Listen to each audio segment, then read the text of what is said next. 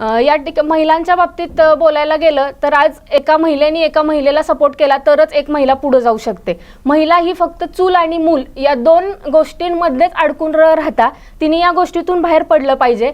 आज प्रत्येक महिलेच्या हातात एक पुस्तक आणि एक लॅपटॉप असेल तर देशाची प्रगती होऊ शकते। आणि महिला या गोष्टीमध्ये बोलताना मला असं वाटतं की महिला सक्षमीकरण हे खूप महत्त्वाचं आहे।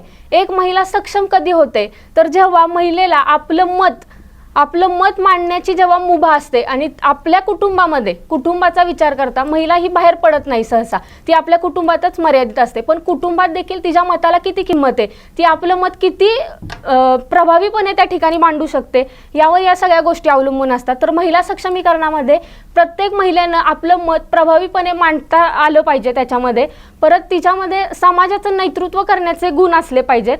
मला वाटतं की महिलांनी समाजाचे नेतृत्व करण्याचे गुण तिच्यामध्ये असले पाहिजेत। त्या दृष्टिकोनातून तिनं पुढे गेलं पाहिजे।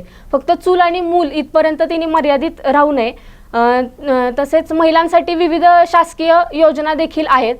तर केंद्र सरकारच्या राज्य सरकारच्या विविध शासकीय योजना आहेत, त्या महिलांपर्यंत कशा पोचवायच्या याचा अभ्यास माझा आहे। मी त्या महिलांपर्यंत पोचविल।